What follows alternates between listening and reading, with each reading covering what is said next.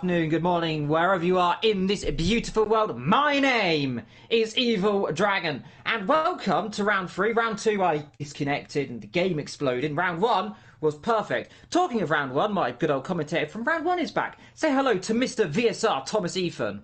Hello everyone, back from my holiday. Unfortunately, I missed out on round 2 at the absolutely amazing Laguna Seca, but we're back again and I'm going to be back for the rest of the season, so get used to hearing my voice for a while now. Indeed, of course.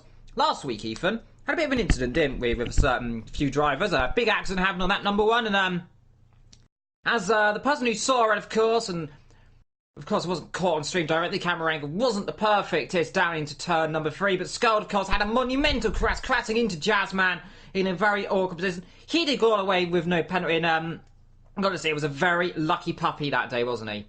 Yeah, a very strange accident. Looking at the stewards review, Lewis was incredibly lucky to have that closed based on the fact that he just completely outbraked himself and went straight into the tier coordinator and wiped out nearly 45% of the field. Incredibly lucky, but he has solemnly apologised to the tier coordinator and assured us that that would be the last mistake he'll make, but can't be making mistakes like those all the time, especially on lap 1 in the second turn. I mean, that had a big consequence on Jazzman, who unfortunately came across an unfortunate bug, and that demoted him down the order, cost him a lot of time, but he came back to finish 4th. But yeah, round 2 wasn't exactly a great race, was it? It was a lot of play. It was played with issues. Yeah, disconnections, issues with the game. Service had unfortunate errors, of course. Jazzman, a few other people, I think another driver had an issue with the pit lane as well. Of course, Wolf had an issue as well. He quit the session accidentally, of course. Easy thing to do when you're scrolling through menus, of course. And I've done it as well. I've got a lot of drivers. I think Jazzman's done it, of course. Go back a few seasons ago. I remember Ollie D and Matty D once did it, of course. Two very, very high up members back in the old day. That's season 10, season 9. Long time ago, of course. They've made mistakes. So mistakes are always possible. And, of course, hopefully it doesn't happen again. But some drivers really struggling. Vector, meanwhile, having a really good season so far. He's so far, I believe, about P4, 5 in the championship standings, which is phenomenal for him. He was not really expecting him to be this high up so far. Vectro is actually doing really well. He is currently 4th position for the Team RevPad squad. That is Vectro 666 and Scold. Currently, it is Gaza who leads with 4th position at round 1 and winning last week's race and sits on 61 points. Behind him, it's Jazzman who won at Watkins Glen and then came 4th at Laguna Seca. They're separated by 1 point, and then behind them it is the sister car to Jazzman, that is Tinnis in the house, who finished 3rd last week. And there's a bit of a gap, 21 points gap between Tinnis and Vectro, and then behind him is Boyrax Jam, and then Papano, who is now a full-time driver. Just to let you know, he has replaced one of the drivers who has not finished a single race and did not start last week. So it's good to see a strong driver and a returning driver from last season coming in. He finished 3rd at Watkins Glen and did not start at Laguna Seca, so he's dropped down a few positions. Then we got Archil, who finished 5th at Watkins Glen after spinning out at the first corner and did not finish last week's race. Don't know what happened. He may have disconnected. And then we have Kevin Meyer, who currently sits in 9th. Then is Lewis, who really said he would be stepping up his game, being a bit more consistent. He's not really living up to that standard. Currently sits in 10th with a 6th position and a disconnection. And we have the Thomas, Coco, Essa Racing, Mark, Dylan, who has now renamed himself as VSR MC Wolfman, finally got the VSR name in front of him, and then Camo. But yeah, that's Indeed. the grid order, the current standings as we head into the 3rd round of the championship. Well, happily for me and you, Ethan, Archil's renamed himself from the Ryko back to Archil, so that's good for me. Oh, he has as well. So there we go. Thank you, Archil. I don't get confused with him and a few other people. Well, one thing I will get called, and sorry, Ethan, for doing this, I will call Wolf you at some point this season. It's going to happen. Yeah. probably. I get incredibly confused when there's VSRs. I did it like a few seasons ago when you had all the SBRs, you had all of the just so many esports teams. I just got so confused because, of course, on this game you only get the VSR, you get the first three letters, and well, when you've got 3-4 people with the same initials at the start, it does get a bit confusing, doesn't it? Yeah, it does get very confusing. But while we're on the subject of esports, Archer was actually in Italy for the FIA Motorsport Games, doing the Digital Cup on Gran Turismo Sport. Can you believe that? How cool is that? And now he's back here racing at Texas Motor Speedway in the AOR GT3 Tier 1 League. It's absolutely phenomenal. We've got one driver who travels out to Italy for the weekend, then comes back to do this. Outstanding. That's got to be a lot of passion for racing to go all the way to Italy, the finest country of the world. It's got a lot of good pasta, it's got pizza, it's got cheese. It's got a cool racetrack. It's got brilliant F1 drivers. It's got a very good F1 team. Of course, it's got very good GT teams as well. Of course, Lamborghini, Ferrari. You've got lots of brilliant endurance teams as well. Some of the best endurance drivers as well. Giancarlo Fisichella, an endurance driver as well, isn't he, Ethan? Yeah, Italy has a plethora of heritage and amazing teams.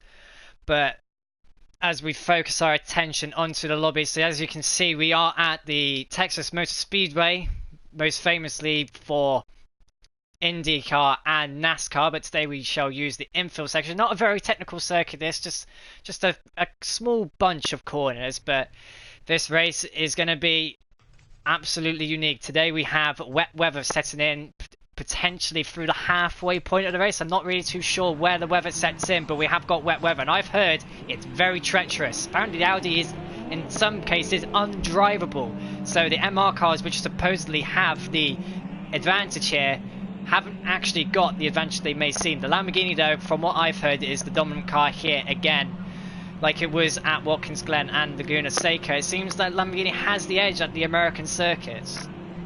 Indeed, it very much does. So first person out on the circuit, better below, and I was speaking to Wolf, etc. earlier on. They said round about lap number 20 to 22 expecting rain. So that's going to be where it's going to come through. Did some practice as well. And the Audi very quick there was one of the Mercedes coming very flying, and that was Wolf flying. And now I see what they're doing here. That's going to be Vecto and Scott. They're going to do a tow. So this is going to be crucial in qualifying. Everyone's going to want to tow. And I think Dylan's already. He wants to get out. Scott, hasn't he? Let's see. Is he gone already? Yeah, he's got clean air. That's a good job there. No point wasting time. 22 litres of fuel. That's quite a high fuel load.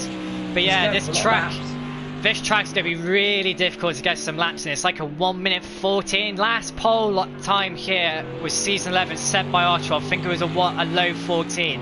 Apparently we can see some of those records smashed and see a 1:13 today potentially. Let's see if it happens. But yeah, it's going to be difficult getting a clean here. There's so many cars here. We've got 15 drivers, nearly a full grid. I think Dylan's had an issue there. He's noticed something. Don't know what's going on there.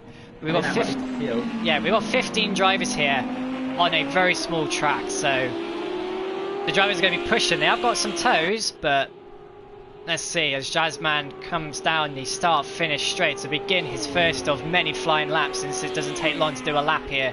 You can notice that the Lamborghini is so much faster. Look in the background there. That's Tin. I believe that's Tinnis going up the inside of Thomas already. Right, it was. So, incredible pace, isn't it? I mean, I was looking at as well was in the Mercedes as well, and it was a very quick car against the Audi. It's known to be a slow car. It's not very quick in a straight line. This might be a very long afternoon for these boys in the Audi, can't it, Ethan? Yeah, the Audi not very strong in a straight line, but will probably do quite well in this infield section. But apparently from Papano, who currently isn't with us, unfortunately, he was going to be here today, but for some reason can't make it. We don't know why. He said the Audi was undrivable in the wet conditions, which is very surprising for a car like that, because I remember it being quite good in the wet. But Jazzman on board with him through the final hairpin, going onto the banked section, coming off the banked section and going back onto it in the wet conditions. I can't imagine how difficult it's going to be, the transition between it, and also the transition of coming off the banking down into the pit lane as well. All the water is going to be sitting at the bottom, because obviously because it's banked, the water is going to travel down, because the live track 3.0 that Project Cars 2 has. So all that wet weather is going to drop down, and Archer is already setting the pace. 14.8. We're nearly at the 13s. We're not even 10 minutes, not even 5 minutes into qualifying yet, and he's already going for it. Let's see what he can do. Divas will come through to begin his lap as well. Now, as that's Thomas Vick going slowly low and clean. So this circuit built in 1995, of course. Built for NASCAR, this circuit was, and of course IndyCar came here as well, taking up the opportunity. A very spectacular crashes came here in 2003, the highest ever G-force, I think, ever registered in the car. Was here, I think, the 100-something G, I think I read somewhere. Incredible speed up to almost 200 miles an hour they go, of course, around the oval circuit. We luckily using the infield because otherwise it'd be a very, very quick lap, and I think, well, it'd be quite fun to be honest seeing these cars. But I think they're becoming very stagnant very quickly with the fast Mercedes and Audis very slow down the back. But luckily for us, we've got the infield section, which is very similar in characteristics to Daytona in terms of how it's laid out, but very much different, isn't it? It's a lot more smaller this circuit. I think it's under 2 miles, I believe, instead of 2.5 miles, of course, which of course Daytona registers that as the oval, of course. Yeah, Texas is obviously a bit smaller. I mean, obviously, American ovals, they tend to vary in size. I just want to apologise, Papano is with us here today, so I apologise, Papano, you are actually here today. Don't know who we're missing today, but regardless, yeah, the infield section here, it's literally just a bunch of hairpins and a very, very strange chicane. Not exactly a exciting track, if I'm honest, but last time I raced here in Season 11, it did actually provide some very good racing. As we see, Gazza go to 4th position, but it's Archel who is lighting the track up with a 14.4, who currently sits in the pits. It's a 1/10 gap between him and Jazzman, and then behind Jazzman it is the sister Italian Stallions car of Tennyson the House. Boy Rex and Gazza actually are teammates. They are running different liveries. I don't think they're supposed to be doing that, but regardless, they are teammates. You just gotta bear that in mind now. Of course, not using the would have been a Schmidt-Old livery from last season. That would have been otherwise. Yeah, it would have been the black and yellow livery. Jazzman, P1 so far. Tinnis P1 so far. They're all sledging each other, aren't they? Yes, they are. So that's what's going on there. Now let's have a look at Gazza, because it's going to be crucial. He's getting a total. I'm imagining here he should be, if he's he's backed off. His lap.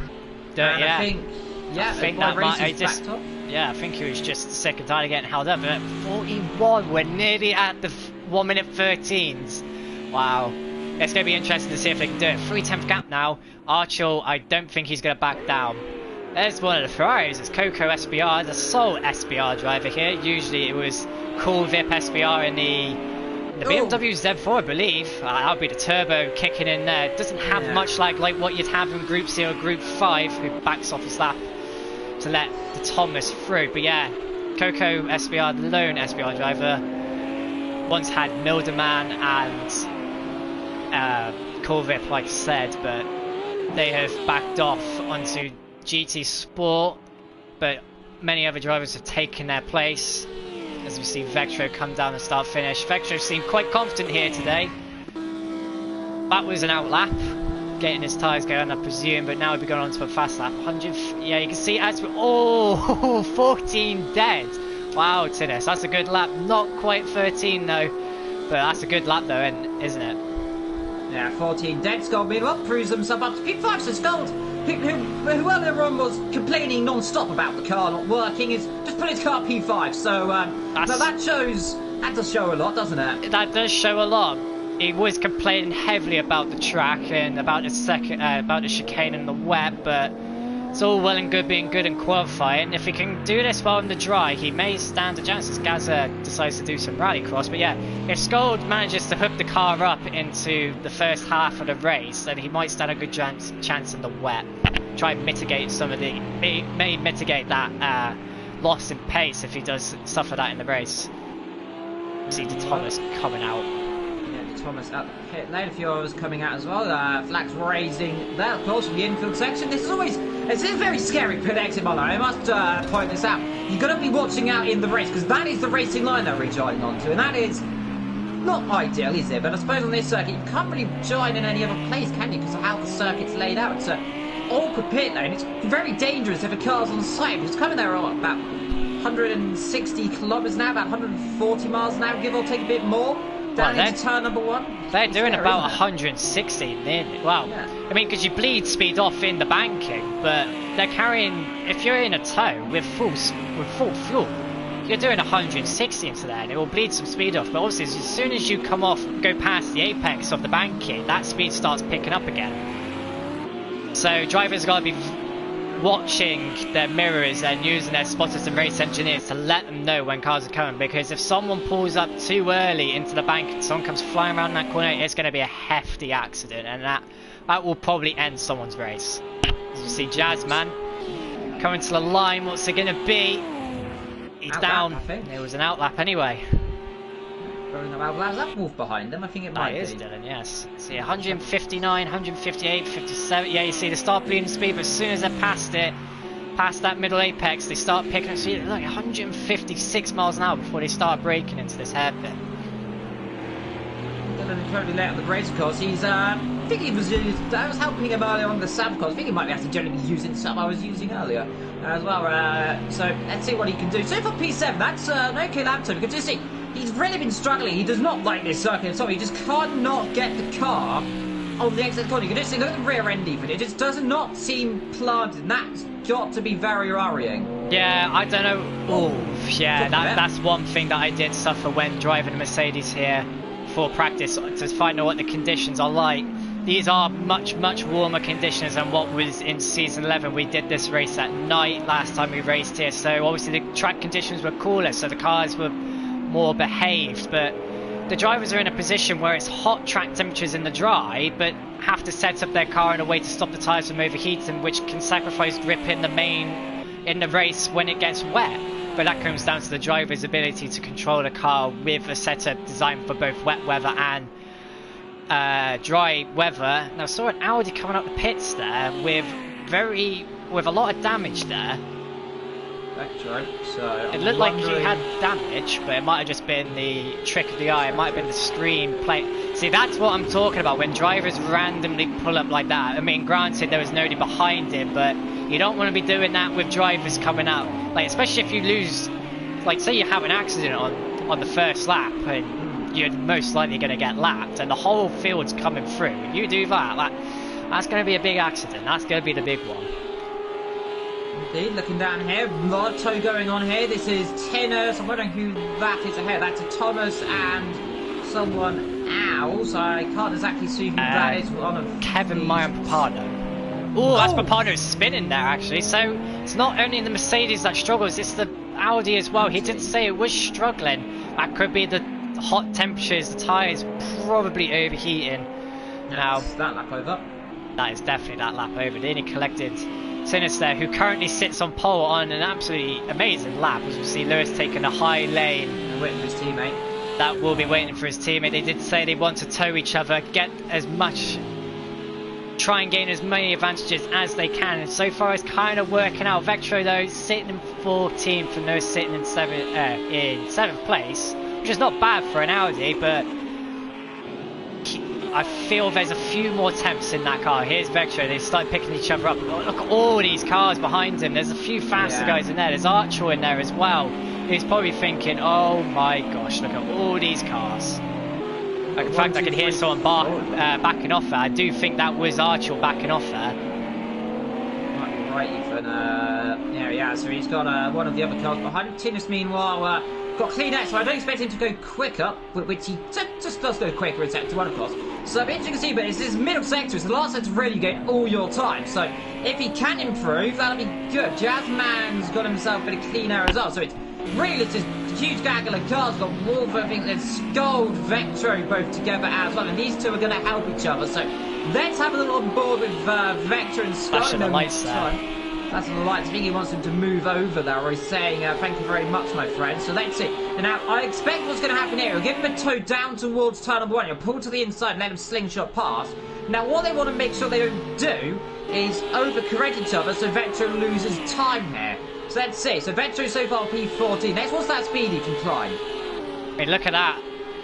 Nearly 167 miles an hour. There you can see the speed starts to bleed off. He is up. Where's Lewis going to go? He hasn't moved out the way. No, giving it some of a tow around the entire lap then. That might compromise actually dirty, yeah. So exactly, let's yeah. see. I mean, pull him around the circuit. Might still gain time. I know Skull might generally to be a bit faster right now today. Let's see if we can drag him around. He's got 3.2 litres in the tank, so let's see.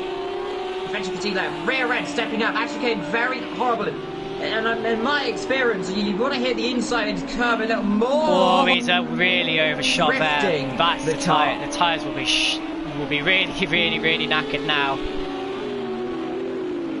Yeah, they'll be doing that. And that was a lockup there as well. And that's all getting done, yeah, and that's not going to help. He taps the wall for good measure. I think this should be good though. He should put him around about P11 if he's not got too bad of a pace. 2 tenths up. That's not good enough. That's not even going to move him up to 13th. Let's see how big the toe is, of course. Even down the straight, it can gain you a lot of time, but I don't think it's going to be that much. Should stay around about P14. Does you see? Look, finds another 2 tenths in the slipstream. Has he got enough fuel? Has he got enough fuel? Because we have seen the issue where now Lewis does get out of the way, but we've seen the issue where drivers have not had enough fuel to finish the lap. We've seen Boy Raxa on a lap, I presume. Yeah, he's got 40,000. Should put him. If at this rate he goes, he should put himself 5,000s behind Dylan. That's being awfully close. Let's see if he's gained any time. The Mercedes quick. His teammate, well, his fellow car also in the Mercedes does improve. 2,000s, yeah. He flies 2,000s though, so just a bit there. Must have got a bad exit. Gaza doesn't look like he's going to improve 6 temps up the road. Let's see. Archill is on a potential improvement though, because he's got all the slipstream, but he's got traffic. That's to Thomas. Yeah, slow driver, unfortunately, in front. Now that's, I think, going to hamper his lap time. Let's see through the last minutes. Might help him. It depends if he's up on his lap time, gets out the way. No, to Thomas spun. And he's backed out. So, we'll never know. It's close. Doesn't improve. Rasa doesn't look like he's going to improve. I think everyone else off a lap times as well. We've got Vectro. Oh, he ran out of fuel on the line. Did he run out of fuel? He did, on the line. And that's got to be a bit second time for him. This is not the first time we've seen that occur, is it? No, East across the line doesn't improve either. So he does improve. No, he did improve, yes. But not enough to gain a position.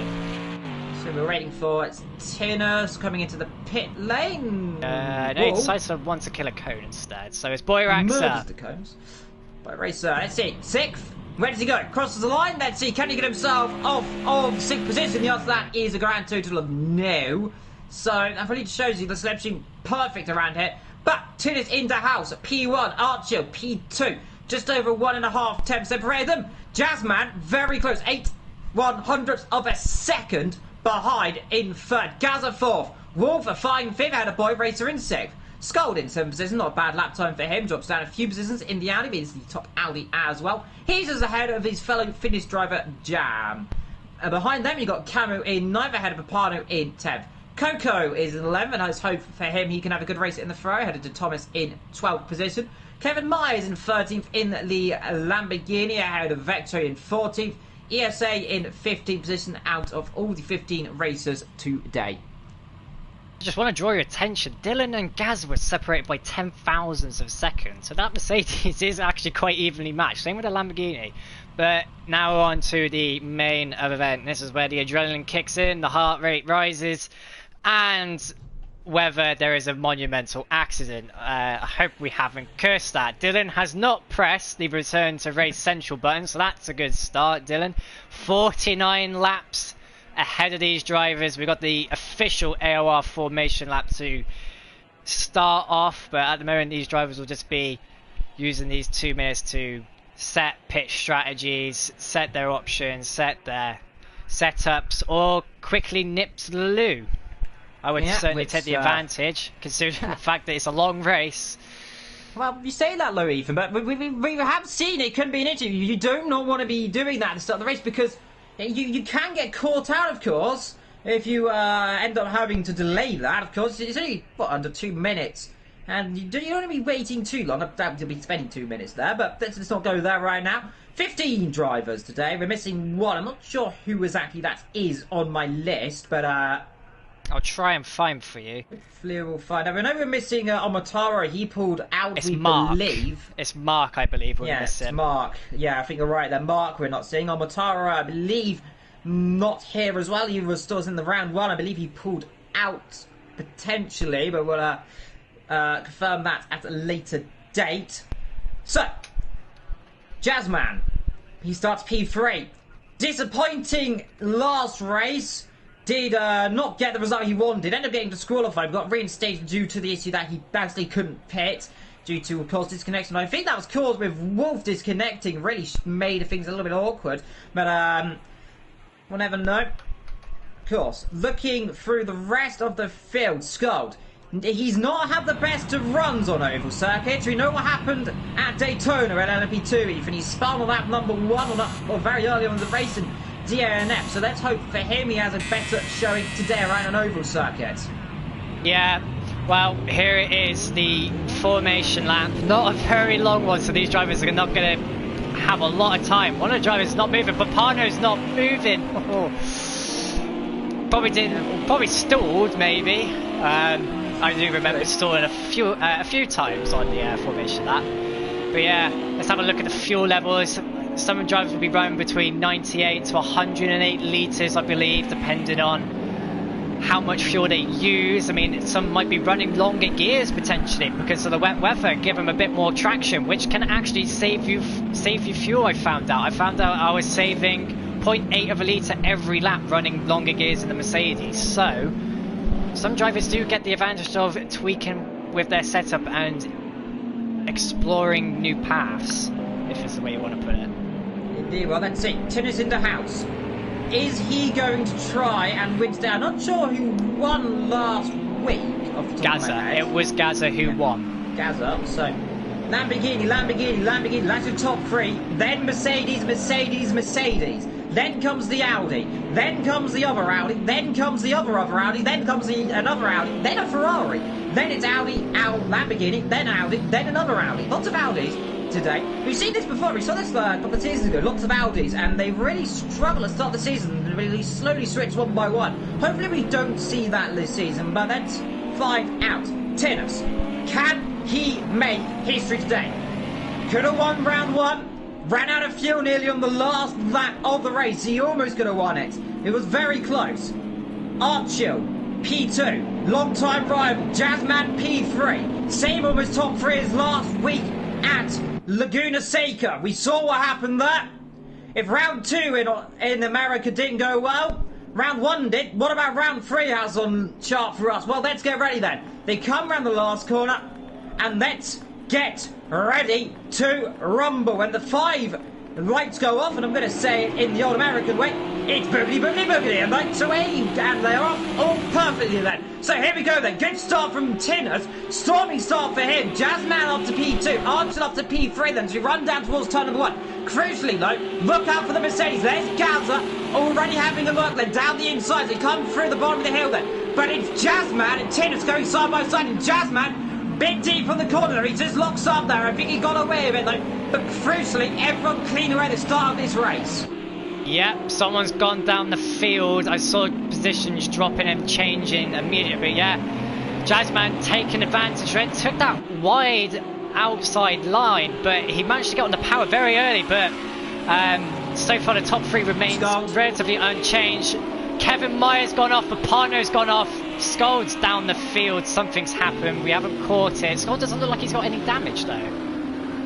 But Lewis has dropped down the field again on the first lap, so not a clean start. Meanwhile, people who are making positions is Camo, Coco, Vectro, and Dylan. He's currently sitting in 4th as we head into the final banking of the circuit. A relatively... What would you say about first lap was? We didn't catch what happened, but it seems something has happened.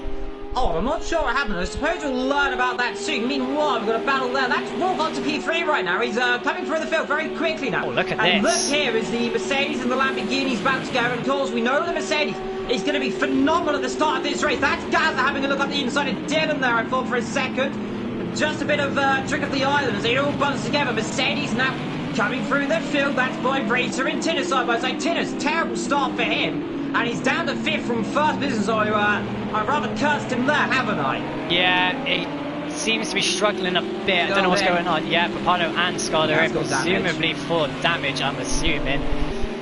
Oh dear, Lewis, but they haven't been lapped, that's the main thing, and the wet weather is still yet to set in, so it still if I can get my words right today.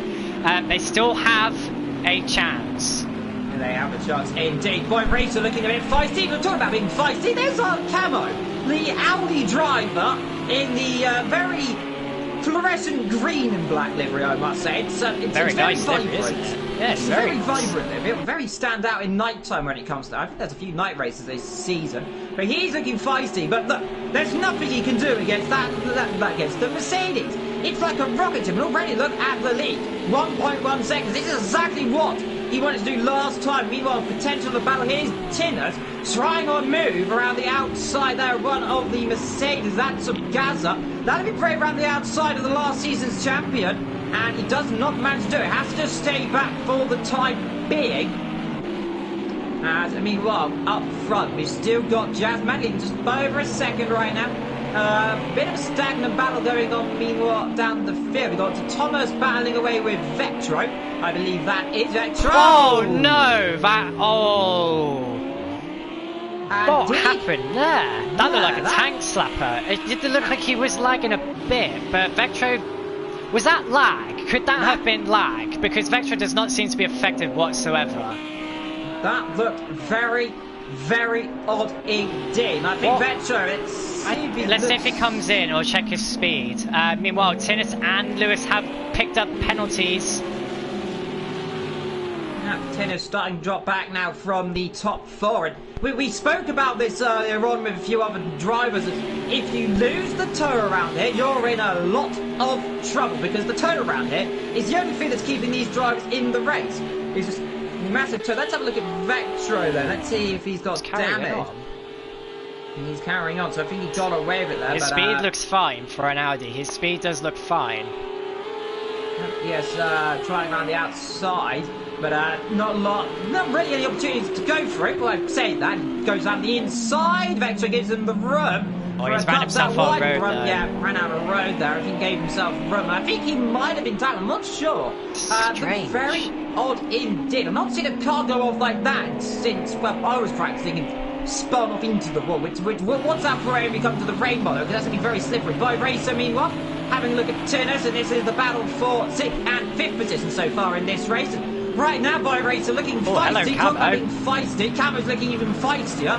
Goes up the inside. And now, that Audi, very good on the brakes. I've seen it before. I've seen it in the last couple of seasons. It's a very good car on the brakes. But look here. He's not going to have anything. It's like taking candy from a baby down the straight, as the Mercedes predictably should just slip around the outside. Look, not even in the slipstream. In fact, I believe Tinnis is, Camo's got slipstream off of Tinnis, but look, there's nothing he can do around the outside. It's straight away. Let's see if he's got the inside line around here. He should be able to cover it if he's got the ground, but look how much he's catching, and now who's last on the brakes? I think it should just be the Audi, just good on the brakes there. He's got the inside line, of course. Should be able to keep that position. He does do so. Top two meanwhile, 6 have separated them, so definitely closing up there. Of course, that is the battle between Jazzman, Archil, and those two. Very fond of each other. That Wolf, by the way, is catching leaders, and Wolf said he needs a victory in these first couple of rounds if he wants to make sure he is going to be a championship fighter. He needs to get victories after that DNS, I say, Ethan, last time out. He really needs to get a good result and not make any mistakes, and he is going to be livid if he does. Yeah, Dylan has really been suffering. Obviously, he did not even start the last round last week, and unfortunately got collected up in an accident in round 1. Obviously, Dylan, very, very strong performance from him last season when it was his debut. Got a second in the first race and picked up a few podiums. I don't know about race wins yet, but I'm sure he ain't gonna be. I'm sure he's gonna be looking at them, but I think he's just trying to get settled in and just try and pick up some points rather than just risking it all at the moment. But I could be completely wrong. I don't know what Dylan's doing as we see Camo. Wow, look at it. These two are really battling. So what we have here, Liam, is we have the Audi being stronger in the midfield section. getting the overtakes done in the slower stuff, and then the Mercedes fighting back through on the straight. So this is going to be back and forth with these two. I mean, Camo's just come out of nowhere. I mean, he hasn't been here for the last 2 rounds, and he's already getting stuck in. It's great to see. Second time penalty there, out the inside he goes, slips us down the inside, he broke it too late, he got away with it. So, and now let's see, comeback time. No, he's going to keep the inside. Oh, there goes Jam. Oh, Jam off the road, he's lost the rear, is 2 knots on the curve, it looks like that's easy to do. He's got away, no damage there. Well, have a little look there for he can make sure he's rejoined. Okay, yes, he's rejoined, battling with Mr. That's that ESS, an easy ESS going up the inside there between those two. And get away scot-free. That's Vector joining as well. An Audi train really right now, and we expect these Audis might just stay together now for quite a while. But we'll have a little look to see what's going on between Camo and his fellow entourage there, and they're still together. That up front 5 times gap between those guys, all very close together. So hopefully they continue their little push onwards. And behind them there, that is Parno. You see, that's on the brakes. That's too late on the brakes. That surely, no, it is perfect on the brakes. Wow. Good overtake. He's got confidence on that brake. That is. I don't think I've seen a car that confident on the brakes for quite a while. I mean, what? Let's look going down here. And I think was that ESS braking a bit too late. Got away. But Vectro trying to taste the rear of Jam's rear end and getting a little bit too much front on the exit as well. And depends what Jam is. Oh dear. Well, talking about Jam, he's getting himself in a bit of a sticky situation right now. Around the outside goes Vector. Well, there we go. So perfectly through. A small mistake by one. Everyone says just a compliment. He makes a mistake as well. Jam's struggling there, and I'm wondering if he's set the car up even for the wet. We know it's about 12, 13 laps away. Yeah, it could be that. It could be the rear tyres getting a bit warm. I think he just needs to chill out a bit. But yeah, Camo just doing the definition of sending it up. Oh my! Sending up the inside. Yes, thank you. Meanwhile, yeah, here we go. This is going to be great. They're going to go free. Wolf's not careful. Wolf's got to be very careful here. Tinner's backed off of that, and he got too wide. I felt the rear end go. But let's have a look here on board. We go with Tinner, so we're wanting these two battling. So it's cool to watch, and it's a driver as well. I've driven as well in other leagues, as well as in GT3. Not GT3, and of course the little before this, of course, the little what's it called season. I forgot what we drove. That's awkward. Yeah, touring cars. It's always very fun to watch battles ahead of you. It really inspires you just to motivate you, doesn't it? Whilst you're just watching these two battle away. Meanwhile, you can see up front as well, they're all battling together. This is going to be promising for the Lamborghinis. It's going to be promising for the Mercedes. This is not going to be a one-sided season, because I came here, and I suppose you came here as well, expecting Mercedes to dominate. But right now, it's Lamborghini dominating this race. Well, not really. Well, I suppose 3 seconds up the road. That's pretty impressive so far. Well, only lap 9, but they're sledging each other and pulling away.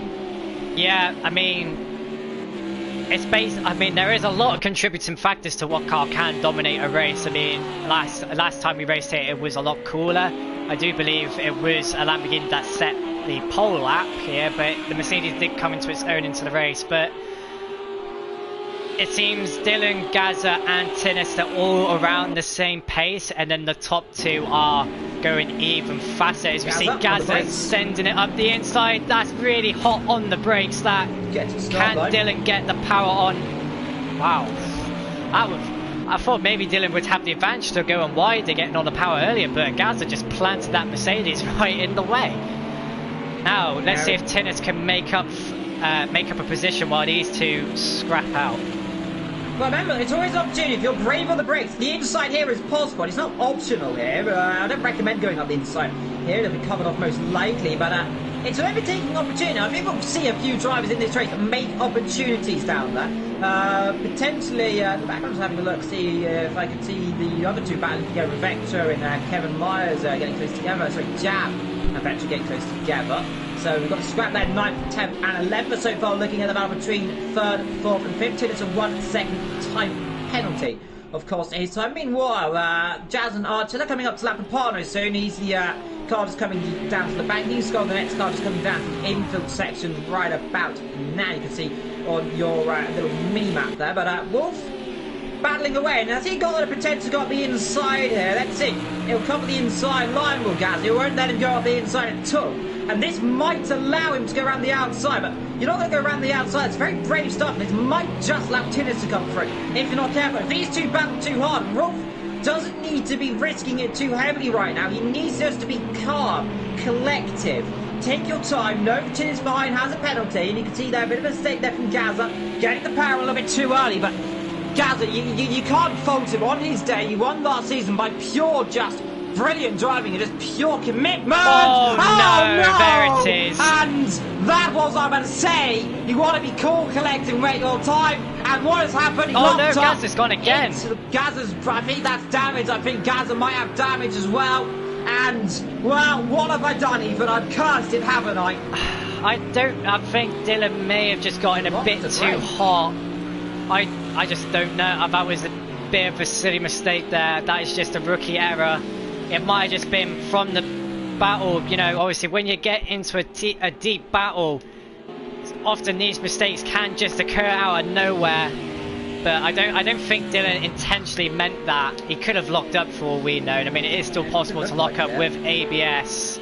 Rear end stepped out as well, so it just looked like it just lost the rail all of a sudden. Because when you're a dirty air as well, coming into the braking zone, your braking distance is longer, so it was right up the rear end. I said you could make moves here, but that's not really what I was meaning, making moves, because he's lost position. Talk about making positions, I suppose Tinner's getting position. He's actually lost a huge amount of time as well. That's opened the gap right, but I don't know if he got caught in that at all. I think it got very lucky. He did. He got, yeah, because both of them just spun out right in front of him and he just had nowhere to go. I don't think Gaza will have much damage. Yeah, but it was a direct hit on the rear, so it was very fortunate if the rear ring didn't come off. And that causes a big meaning. And it wasn't a big enough hit, I think, to do that, but we don't know because obviously we can't see the telemetry from the cars, but it's just an unfortunate incident. But it was only on lap 11, so they still have an opportunity to come through. Indeed, they very much do so, and there is Wolf, of course. Meanwhile, I was looking down at who is battling. I think it's jamming. Yes, it is. Where's Vector gone? He's dropped down the field. Noticing he's keep hitting the wall on the outside, though. He doesn't be doing that too much because you can snack the car if you hit that too much, and it will give you a lot of damage. Top two meanwhile, closing right up on each other. They've just lapped. That's part of they've just lapped there in the background. You'll just see the black and red Audi, and there it is, of course. Lap car, of course. That was damage earlier on, potentially with Skull, who's having a torrid season, might I say, so far. Issues in the last race, issues in this race. He's really not having much luck, of course, and let's hope he really mends it, of course, coming towards next week. It's Sonoma, isn't it, Ethan? It's the 90-minute race. No. Sonoma's not a 90-minute race. That's Sakito. Yeah, Sonoma's a very interesting track. That one's going to be in hazy conditions in the early hours of the morning, but that Sonoma will conclude the final round of basically what is our American road trip. Basically, all first four rounds are American circuits, but Sonoma's going to be quite a place at heart for some drivers. I feel it will be in the heart of Lewis since he made his AOR debut there. Is that rain? It's raining. It's starting to rain, Ethan. It is rain. I'm seeing on my screen. I can't see rain. I believe it might just be starting to rain. So I didn't hit the wall there. Yeah, it's was that? Yeah, you see the dust. See the dust flying off that wall. Yeah, on board it's raining. I hear rain dropping. Yes, it is now raining. Is very early indeed. That was earlier than what I think anyone was predicting. And now these drivers, it's still sunny out there. That's very odd. See any cloud? Yes. Maybe we'll get a rainbow. I don't know. Maybe some drivers will get lucky now. But yeah, that's incredible. I mean, I wasn't too sure when it started raining, but this is actually quite early, quite like it was last season with some rain conditions. It did turn up a lot earlier than anticipated, so this might spark some different strategy calls. Now it's going to be seeing who's going to bite the bullet first, who's going to risk it. I remember last season, myself, Dylan and Camo left it a bit too late at Le Mans when it comes to the wet weather, and we ended up paying the price for it. But let's see. None of the drivers are using their windscreen wipers, but I'm sure they've been told by their race engineers that it is now raining. And they'll soon start hearing it and seeing it on track. A bit of a gap starting to form between all of the drivers as well. We've got really, 1, 2, 3, 4 real battles on the circuit, and they're all pretty much spread out evenly right now, which I find very interesting, if you notice, Ethan, on the mini-map. Yeah, it's good though. Perfectly even, which is just beautiful there. But we like to see cars a bit closer. Of course, it was unlikely we're going to see close battles. Circuit, when you get sledged, of course, when you're getting the two off each other, that's Skull getting lapped. And Skull, he gets her out of the way perfectly. That's very, very good, actually, getting out of the way that way. And doesn't hold anyone up at all. So, Skull, playing by the book, of course, perfectly entitled to do so. He's might be careful he doesn't lose too much time to his old rival partner who's hit behind, who had contact earlier on. We'll find out, presumably later on, what happened. But I think I saw the part who had a tank slapper. I think Skold had a tank slapper as well on the curve. So, I think cold tyres might be a play. Of course, cold tyres pretty easy to spin, might I say. But I'll chill. So for a second, but I'm now wondering who's going to be the first to blink into the pit lane, Ethan. Yeah, that's exactly the question. Who's going to bite the bullet? Or who's going to leave it longer and hope that they can get an extra lap? But usually leaving it a lap later ends with consequences, and there's quite a bit of runoff in the infield, but there isn't runoff on the banking. So if you hit the wall, you're going to hit it. You've had this one mistake here, right? I remember it right there in a very spectacular way. Was playing single player, of course. Had a bit of a moment in the rain. Got a bit on the curb. We'll just say there was 20 cars in the corner. There was 0 cars into the next corner. So let's hope that doesn't happen, of course. We only got 15 drivers in this race. Still, so still got the members, still all of them in this race. It was good to see no retirements as so far. Starting to come down a bit more now, isn't it? I mean, you've probably commentator cursed the amount of drivers we have now. Evil seems to be a running trend, cursing, but let's see.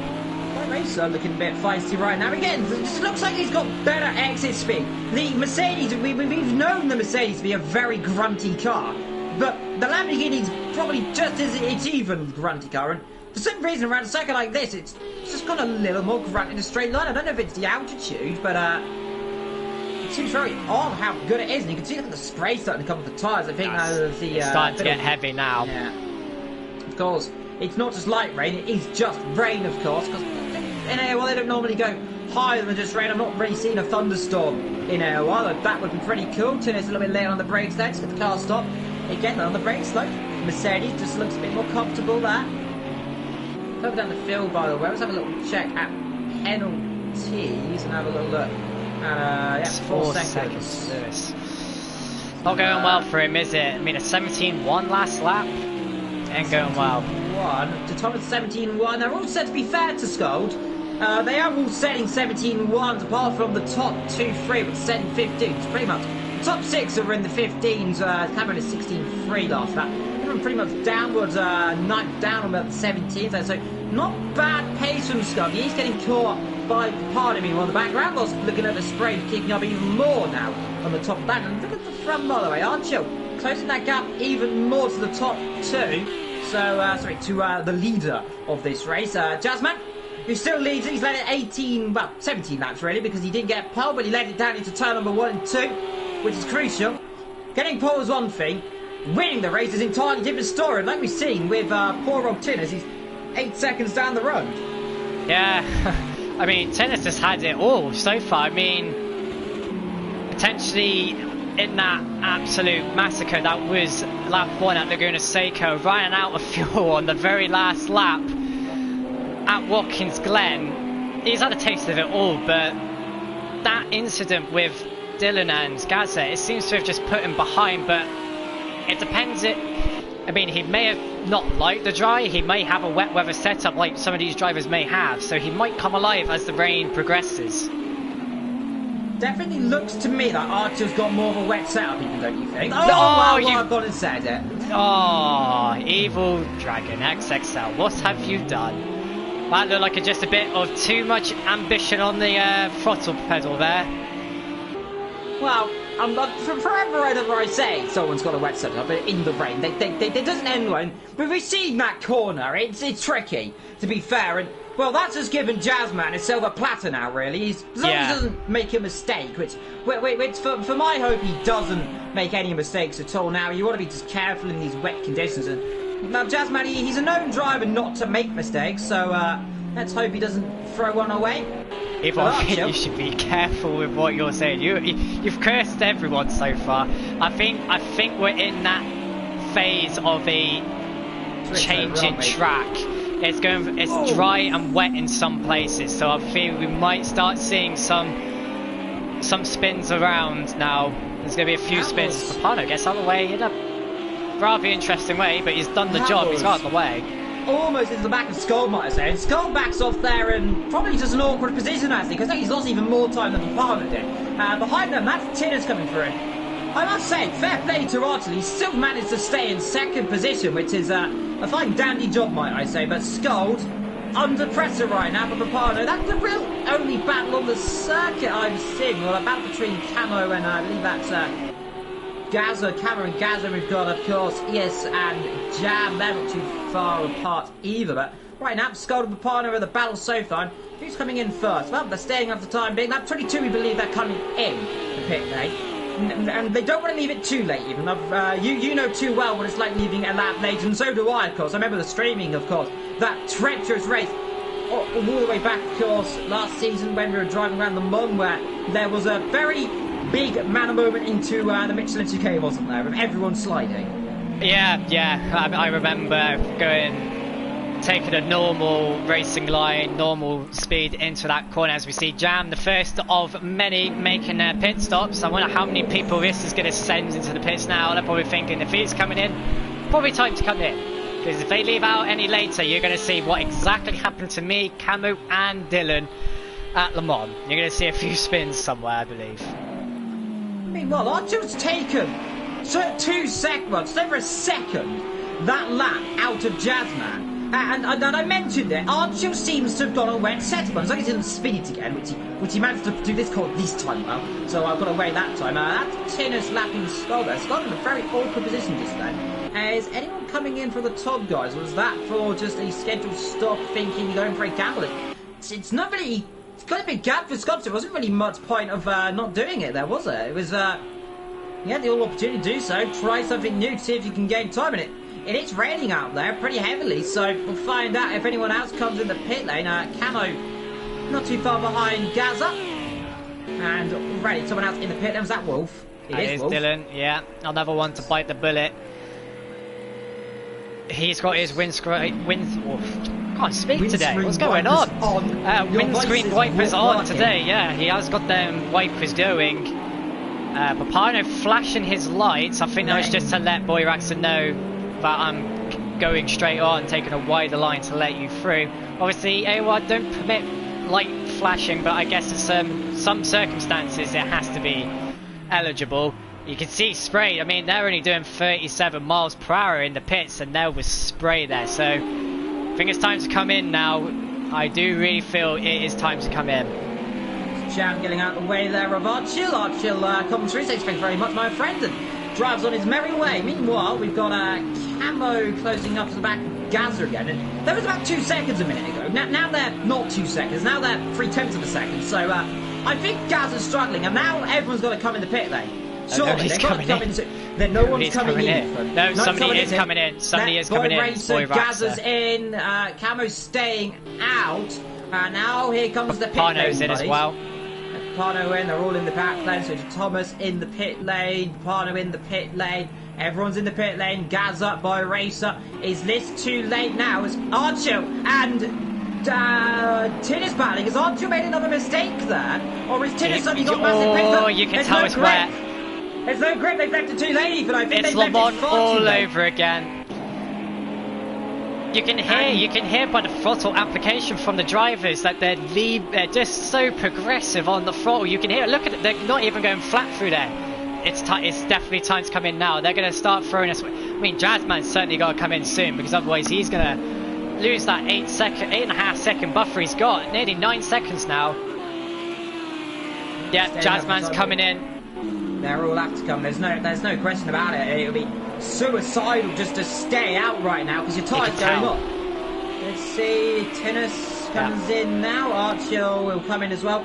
So that's Gold in the background, I believe. Is that Gold in the background? It is. Who's doing good at drifting through that corner there. He's pushing on a bit too heavily. Oh, if he got up near that white line, that would have been a bit of a spin. Gets it in the pit lane, slows it down, and Look at them struggling to slow down. They're all like skating. They're probably would have done some ice skating there. But yeah, Lewis, you see the back end just sliding out. If he had got anywhere near that apron or white line, his car would have been pitched round.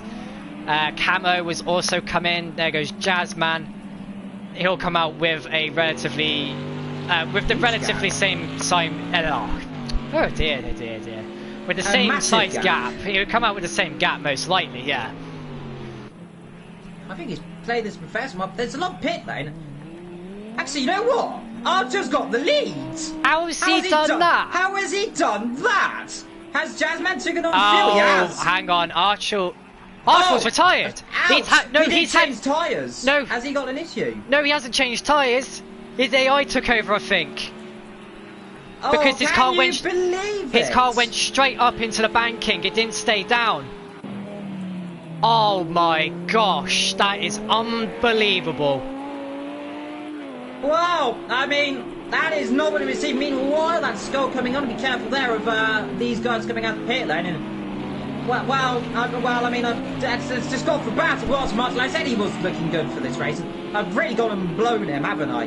It's just gone from bad to worse right now. And I apologise to poor Rod Archer. Meanwhile, Skull in the background. Looking the tyres up there. Has he gone off?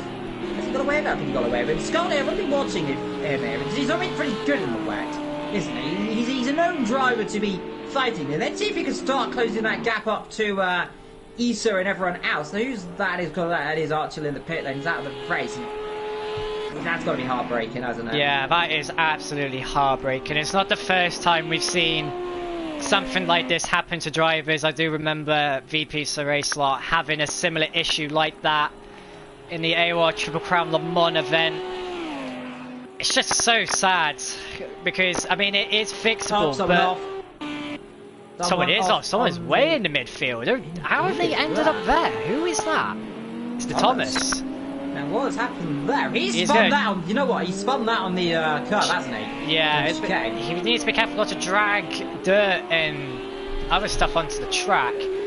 Oh, Archer. Oh, I feel so sorry for him. That is just so devastating. After picking up the lead, and then it's just been rocked. And some of the people in the chat thought he could win, but it's just not going to happen today. Let's see, Boy Racer's looking racy right now. Is he trying to come through on tennis right now? He's really hounding the back. The Mercedes we know was good in the wet, Ethan. You drove it last season. You've got to know how good it is in the wet. And I think right now he's having a look. Is he going to try on the brakes into this little corner? He's a little bit brave there trying the brakes. He'll end up hitting the other car if you're not too careful. And Tennis defends that line perfectly. And you can see right up his chuff right now. He's almost pushing that Lamborghini around the corner. Behind him, that's Skull, who's dropping down the field. No one making any more mistakes right now. When I say that, Boy Racer almost just hit the back of Tips. I'm pushing my luck right now at this curve, aren't I? Yes. Yes, you are.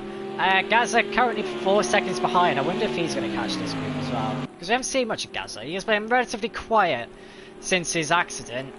Oh, just seeing Archer's car parked there. That's depressing. That is so depressing. Damn it. Look here. The straight line speed. That car, biblical in a straight line. Someone coming through in the background. There's actually Thomas getting lamps. No, who's that getting lamps? Pano and... Oh, you don't want to be tripping over each other on the bank, and especially in the wet, because if you spin out, you haven't got the dry grip to slow you down. It's literally going to be like on a skating rink. If you go, you're going to go just like that. Camo goes just like that. Well, welcome to the club, my friend. Camo spins. I thought he braked too late just there, and that looked very odd. But knocked the rears up, spun around. That's allowed. That's what Wolf to come back for. It's Wolf. P5, he's come back through the front. He's back where he started, I believe, right now. So yes, he is. As long as he doesn't make any mistakes right now, as Camo, another tank stop for his Mazda. He's not enjoying this rain because we expected to see a few people make mistakes in the rain. Right now, the person who's not making mistakes is your leader, Jazzman. 10.5 seconds up the road. Let's see, last up 18.8, 19.0. Let's see what Tennis and Boy Racer, I believe, should set around about an 18.8 because he's got that massive toe. So let's see if Tennis can, 18.5, 18.8. You're alright with Boy Racer, but Tennis going faster. Wow, we're there's still quite a good chunk of laps left in the race, and Camo's got past Dylan again. But here comes Dylan with that V8 grunt. He's going to send it all the way around the outside on a wet. That's brave. That's going to be brave. They are touching. They are going to touch. That's always going to happen. You know how wet it is. It's slippery. You lose the rear end, the usual dampers. Now, I'm wondering, is Camo going to lock the brakes again? He's gone too deep again, hasn't he? I think there's a puddle there. There might be a little puddle there. Is Wolf struggling away on the exit? Looks like his puddle's starting to form down there as well. Now, that wasn't there in practice, so that's very odd, of course. We know how the game sometimes adds more puddles than it is. Meanwhile, we've got Kev, Vetro, and ESS battling together. Battle there for 9th to 11th, the positions of the low guys. And right now, you can just see, look how fast that Lamborghini is compared to that Audi. It is biblical. Biblical pegs there. I think it's out of the wall there for ESS. He got very high. SC is going to try one up. Sorry, is Kevin going to try one on the inside there of Vector? Vector wide. What is line? I mean, our Vector is pretty good at going off circuit. I was about to say holding his line. No, saying that, he's still holding his line. So, to be fair, off the circuit's kind of worked there, I suppose, even hasn't it? Yeah, he just needs to be careful because that is going to be really treacherous conditions out there. That is basically going to be a rally stage out there. Oh gosh. Seeing the car just... the weight just transfer from left to right. Whoa, Vector getting Vector just poking his nose in places that just aren't going to work. He's putting it where the sun doesn't shine, and that's not really worked for him there. He tried it, and very luckily that Kevin Myers didn't end up pointing backwards just then. I must say, top 2, 8 seconds now, and take another half a second. They're taking half a second. Jazzman doesn't seem that quick in the rain right now. Dylan's in. Oh no! Not again. Dylan again. What has happened there? It looks like he spun. Oh, can you believe it? The race where he needed not to make a mistake, not to have an issue again for the second race. Third race in a row this season is just going bad to worse. He picked up really not a lot of points last race, did pick up points in the first race, and today it's looking like another issue as well. I mean, just to reinstate, he didn't even pick up any races last week, and he only got 13th for round 1, so yeah. Dylan is not having a happy first few rounds. Maybe once these American tracks are out of the way, maybe things will get better, who knows. Vectro looking up the inside. Is the gap there? It's there, but he's just not close enough, is he? No, he got a very good exit there. I think he almost cut the corner, to be fair. He's pressing his luck there. He wants to be careful he doesn't end up, aquaplaning off the road, which is the less than ideal aquaplaning, of course. I suppose in these conditions, we expected, luckily though, for this circuit, the rain isn't as bad as Indianapolis, of course. As I suppose on the road course, you don't really go on the banking, do you? But especially the race of Daytona, it's a very bumpy circuit, isn't it? Yeah, Daytona's a very bumpy circuit. I believe it did. Well. It was red flag due to an extreme weather storm this season. Yeah, it was. So I don't know who won this. Who were they? Is it an Acura or was it a Cadillac? Cadillac. Well, meanwhile, let's look at more pressing issues there. I thought SR was going up the inside. I'm not too sad. I'll have a little look at the camera. So I concentrate on this, but I race up.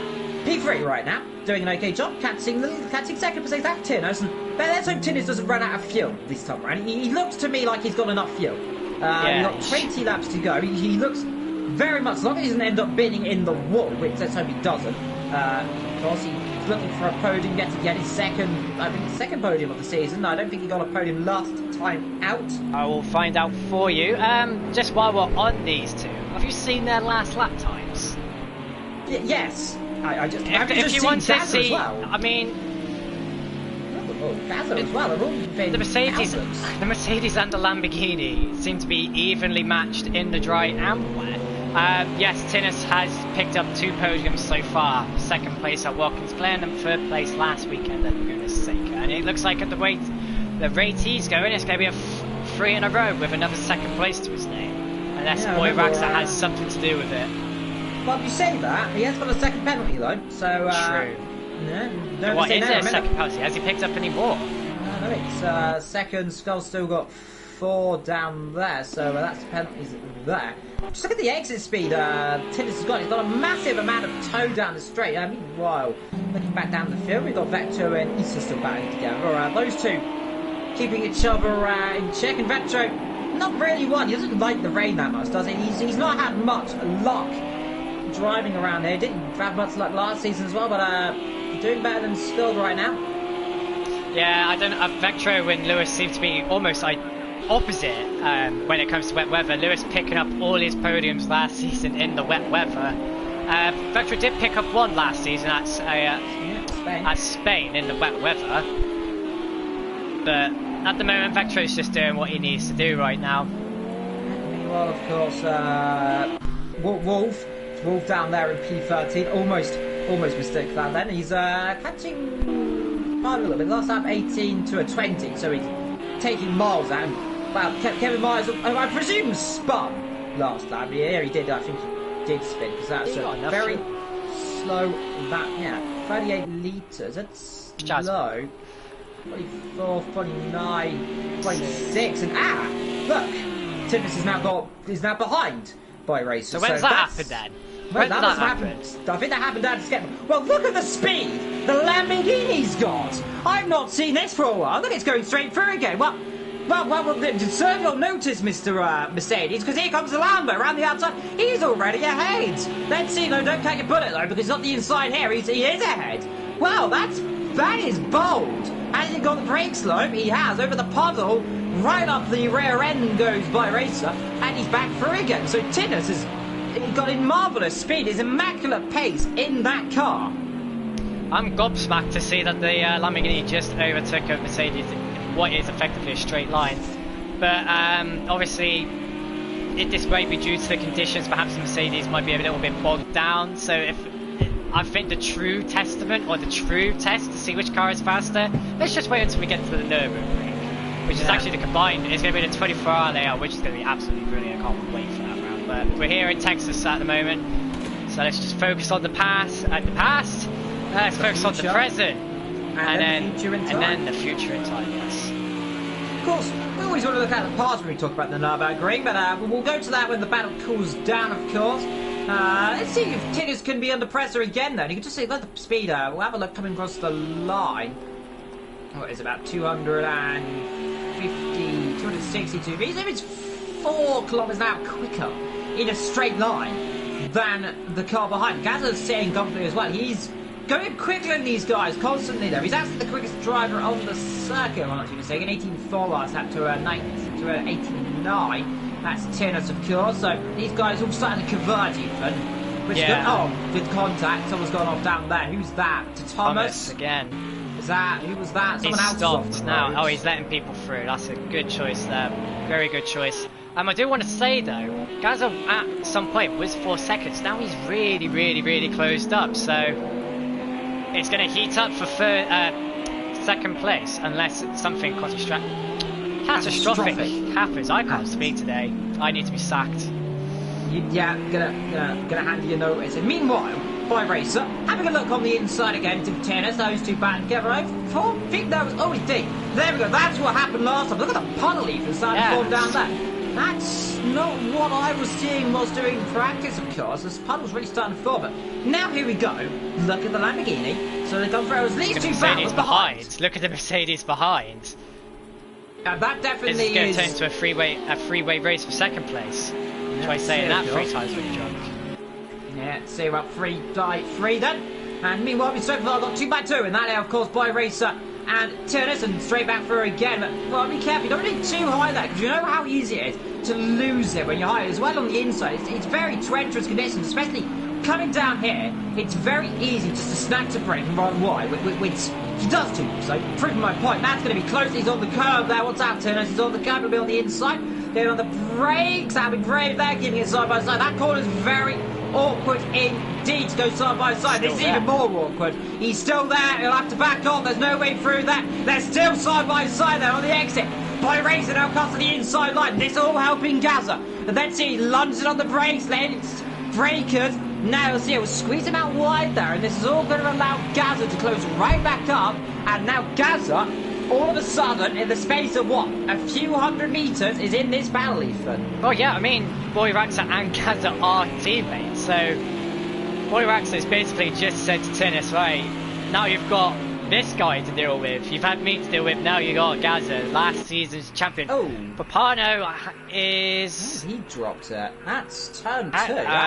Is that a disconnection? Because, I mean, his engine's completely off. That is a very odd place in. He may have disconnected. It may be an issue. I don't know. He may actually have like a personal issue going on. But meanwhile, yeah, Tennis once again just putting that Lambo to good use around. It's too high. He won't do it this time then, and he'll be squeezed out for good measure as the rear end of that Mercedes steps out. Right now, if I was Boy Racer, I'd try. Yeah, Bono's gone, so he's out of the session, so I'm not sure. I hope everything's okay there. So these three battling together behind them. They've got a huge gap down to cars behind. We've got a lap car up the road. Let's see who that is. Is that one of the Audis? Can't tell from here. Sounds like an Audi. Find out. No, it's the Lamborghini of Kevin Meyer. There, and then there's a huge gaggle of cars. That will be ES Vector, and I presume that, yeah, the ES Coke and a few other cars, actually, maybe a few back cars involved in that as well. Tinner's really wants to be careful right now because he's got a very fast, aggressive, and beautiful car behind him. I must say, Gaza, last season champion, the car that has won the last 2 championships in the road, pretty much, of course, by the same colour scheme. Might I say, won the championship last 2 times in a row. I suppose that Schmidt was driving slightly altered livery, but in fact, one of the constructors with that car, and all of a sudden, look, Tennis is coming straight back, of course, at the car of Boy Racer. Not a lot you can do around the outside of him. He needs to get up the inside, but Boy Racer right now, I think he knows right now where to position his car, unless he smashes a brake and runs wide, or makes a catastrophic mistake, or gives the inside. I don't think he's going to get overtaken that easily right now. No, he isn't. But Tennis seems to keep going high. I mean, it is a banked corner, so perhaps it's a bit drier at the higher part of the banking, but it just doesn't seem to be working. He needs to be a lot closer. I think he needs to be alongside before they even get to the start-finish straight for Tennis to have the position by the time they get to the first hairpin. It was that all-lap Kevin Myers just oats all with the way in the way there, and the background ran off the brake getting out of the way. They cost each other a lot of time there. They cost even about a second, all getting caught up. Look, Gaza there trying to get the inside. I think they got caught out there because of Kevin Myers getting out of the way there, Ethan. Yeah, there's a bit of a gap now, so Tennis hasn't got that slip. Well, he may have a slight slipstream, but it wouldn't be as strong as what he had previously, and now Gaza's got Tennis all to himself, unless Tennis can somehow miraculously catch up to Boy Raxa, as we see Vectro and Essa Racing fighting it out. Essa going for the dummy, right up the inside. Gets it done. Good effort, though. Saying that, Vectro tries it on the exit. No, can't do it. That's has to back off the move there. Let's see. Is he going to slip run down the inside? Thinks about it, and almost ends up in the rear diffuser of that car. Just about gets away with it there, and bit of a mistake now on the exit. Essa Racing struggling on the exit. As these guys well away behind them, you might just be able to see that battle between second, third, and fourth going on there. We'll cut to that in a few moments' time. Vectro goes incredibly deep right there as we go to top of that third position. There they are. Look at that, we're back to the second position again. So, Boy Racer struggling. As these guys start to battle, this is all allowing Jazzman just to pull away a little bit. He's not too far up the road, only 6-7 seconds. Remember, one small mistake around there, and while we saw what happened to Archer when he was doing well until I cursed him multiple times in the space of a few seconds, it didn't end well for him. Let's hopefully not see any mistakes there. Tinner's a little bit on the wide line, want to be careful there. Gals up, always a threat. But a lot of gaps started to form as trying to get rid of a professional race right now, isn't it, Ethan? Yeah, it's just there's a bit of an attrition now. It's about who can make a mistake. Once again, Tinnis trying that high line, but it's just not cutting it out for him. But yeah, they are actually catching Jazzman, so maybe in the dying embers of the race, we could see a four-way battle for the lead. Well, let's find out, of course. There's still hope, there's still pace, and when there's hope for one of these drivers, you know when you've got a glimmer of light at the end of the tunnel, you're going to go for it. But we know Jazzman It's very good under pressure. Well, meanwhile, I have a update on Papano. He had a technical issue, so it's unfortunate to see that happen. But obviously, technical malfunctions do occur as we see that's Essa and Vectro up ahead.Essa's made a mistake potentially, or there's been a slight coming together for those drivers. But now they're right in the mix of the battle for second place, and Vectro, has he realised that? And there's another car going slow. That's the Thomas. Yeah, Vectro is right in the midst of that freeway battle for second place. He's pulling out the way. Yeah, I would be using Vectro as a draft there to kind of slingshot my way through there. So use the lap cars to an advantage. I mean, it's what you do in Le Mans. If you see a lap car, you pull it behind him, wait until the very last second, then just make your way past him. As Kevin's come in, has he got enough? Maybe he's too low on fuel, perhaps. Oh no, he's hit a wall. Damage.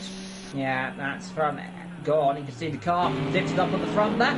These cars still battling together. Good battling between these guys by Racer in his third Grand Prix. Tinnis in also his third Grand Prix. Gaza in, I believe, his third season. As Jazzman as well, an experienced driver. These guys up front. Experience in Tier 1. These other guys, new to Tier 1, and they're bringing to leaders.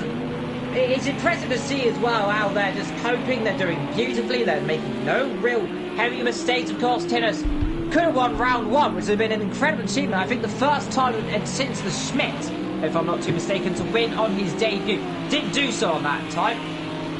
Doesn't look like he's going to win this time out either. Well, I mean, never say never. Yeah, I mean, yeah, never say never. But I mean, for all we know, it could have been Archel who could be potentially winning this. But no, he's sat in the pit lane. Getting a bit soggy, I imagine. They've left the car out there and it's filling with water. Jazzman's pulled a gap again over 7 seconds. He's up the inside. Tinnis up the inside for a second. I thought he was. No, he's going to do it now. Thought for a second he had to look up the inside. He needs to sliver up the inside soon. I imagine desperation's starting to get set in, Ethan. You're just stuck behind the car. I can see the way he's just throwing it in now. He's getting a lot more ambitious, getting much more ravenous. What's it going to lead it? What's it going to lead to? Well, let's see. Hopefully not contact. But well, we've seen it before. Contact always happens, and these three really the only three battling in this race. Gaza just. I think Gaza right now just sitting behind, just hoping these two battle heavily and end up making mistakes. That's allowed him to come straight from the podium into be what really he wants to be doing right now. But so far, they're just all sitting comfortably. Yeah, they aren't really. They're just there's a Lamborghini in the middle of the road. That's Kevin. That is not a good place to be. At least he isn't in the highlight. He wasn't in the highlight. That would have been a very big accident indeed. So he's spun it, hasn't he? So he's got to go. Tinnis going for the move again, then around the outside. He needs the inside line. This is where he needs to be. He got a mega run this time, and I think he's through into the second position this time around. He's got back through. He got a good exit there. I think you know, Boy Racer got caught up because of that car ahead of him, making that small mistake. Has Tinnis gone too deep? He has! Loses the rear! Has he caught it? Yes, he has, but he lost the position now, side by side. Here we come, then, down towards turn number 3. Tinnis on the inside. Boy Racer on the outside. They squeeze each other. They touch ever so slightly. And again, Tinnis, with that just extra grunt in the Lamborghini, puts the car ahead of Boy Racer and keeps the position. But Boy Racer's not having a lot of it, though. He thinks about the inside line. Can't do it. Has to keep the outside position right now. But look, nose to tail, Ethan. And this is what we need to be seeing. And Gaza, right now, just sitting here, preying on his teammate to end up going for it. And just trying to slow him down. Oh, no, Tinnis has gone wide. And do you know what that's done? It's going to allow both of those Mercedes just to slip it up the inside. Unless... Don't say so yet. He'll slap the line and... Yeah, but Tinnis hasn't got the draft, though. He's in the high lane. He's got nothing to follow. Whereas Gaza, he's got his teammate. Here we go, they're going to go 3 wide. Don't go 3 wide in the rain, boys. This is what you'll be doing. Okay, the two Mercedes side by side then. That is a switch here for second, for third and fourth. Don't hit each other, my friend. Boy Racer gets overtaken then by his teammate. Now Gaza is going to have a look and try and get second position then, as now all he can do is not end up holding his teammate up. No, they've switched around now, so obviously they might be in communication with each other, so obviously they must be like, right, I can't get by, you have a shot at it, and then they'll probably switch back around again. See, now they were lapping faster than Jazzman, but now because they're battling, that gap is staying where it's going to be for probably the rest of the race, because these two, three even, are not letting each other go, and this is going to go well up to the final lap, to the final meter of the race. I think I put my money right now on that. If the lap, remember, Teddy's got a penalty right now, so he isn't actually on the podium. No, we keep forgetting that. Well, I mean, I keep forgetting that. I do remember he has only got a second, yeah. So you noticed how like he was able to get by the Mercedes once he got to the start-finish straight. He just needs to keep nailing the exit that would allow him to make a move like that. So he just needs to keep repeating that same exit over and over, and slowly that will start building up. Because if he can nail the infield and nail that exit going on to the final banking, he can open up that gap and get a good enough buffer, and it would be a 1-2 for the Italian Stallions. If you remember, though, that gap only about 4 tenths of a second, and he needs a mistake from Gaza, but Gaza's not one to crack under pressure too much. No, Gaza is not one to crack under pressure. Collective, always on point. Rarely you'll see him make a mistake, of course. Last time I really saw him make a mistake. Ferrari in him. Yeah, that's Coco. Coco having some Cocoa Pops on the side of the road. Other breakfasts are available. Rice Krispies if you want them, which are basically Cocoa Pops without chocolate, but it's not done that. But nonetheless, free car always battling up the front, but it is the leader. 5 seconds. Yeah, that's coming down. It is coming down. Is it gonna be enough though? I think Jazzman might have made a mistake that last. They are. You can see him in the. You can see him in that wide shot. I really do hope this gap comes down, because if we can have a four-way battle in the closing laps, that would be really good. I would really enjoy this. So come on, guys, get the hammer down. Let's have a four-way battle. Yeah, look, something you is doing pretty well right now is Wolf. He's closing up a little bit right now to Skull, but I think he's going to get them in the last couple of laps. I think Skull's got that. Well, saying he has got a 4-second time penalty, but he's got a gap. Was it 16 seconds? So yes. Unless Skull's catastrophically breaks down, which we've seen before. He makes mistakes, of course. And we mentioned the Nürburgring, and I suppose Skull knows too well about the Nürburgring, doesn't he? So. Yeah, there is a bit of a story that comes from season 11, round 4, that does involve Lewis. If you guys are wondering, most of the people watching the stream right now will know what I am alluding to, but if you have not seen the incident, I do suggest you go check it out on the AOR channel, because you'll hear Lewis, well, you won't hear Lewis, but you'll see Lewis just, I don't even know what it is. I mean, I'm going to remain neutral at best, but it was a massive accident, and you will hear Evil use the legendary line, "Oh God." Yes. I do recommend you watch it, because it will cheer you up. He's hit the wall. He has hit the wall hard. His front right light is completely shattered, so something has broken on that car. Evil, the gap, it's gone from 7 seconds to something's happened. Jazzman spun out. Jazzman has got to have spun out. That gap just dropped so suddenly. And, well, we mentioned it, Ethan. Is the gap going to come down? The answer to that is yes. Something's happened. Was that could that have been a slowdown, maybe? The question is, where do you get... How could you get a slowdown in the wet? I mean, the chicane maybe, yeah. But in the wet, you're going slower, so really, would you get a penalty? But he must have had some sort of issue, maybe a slight half spin or something. Maybe his tyres are going off. He doesn't look comfortable, Ethan. He looks like he's struggling. He's got no grip out there. The car understeering like a pig out there. It's a good way to put it. And, well, it's a very good way to put it. And saying that, Thomas, fair play to him. He's staying out despite 5 minutes off the pace. 5 minutes behind the leader. He's not 5 minutes a lap off the pace. That's exactly concerning. But around what is a 1 minute circuit, and I mean that would be a full Model T basically driving around here.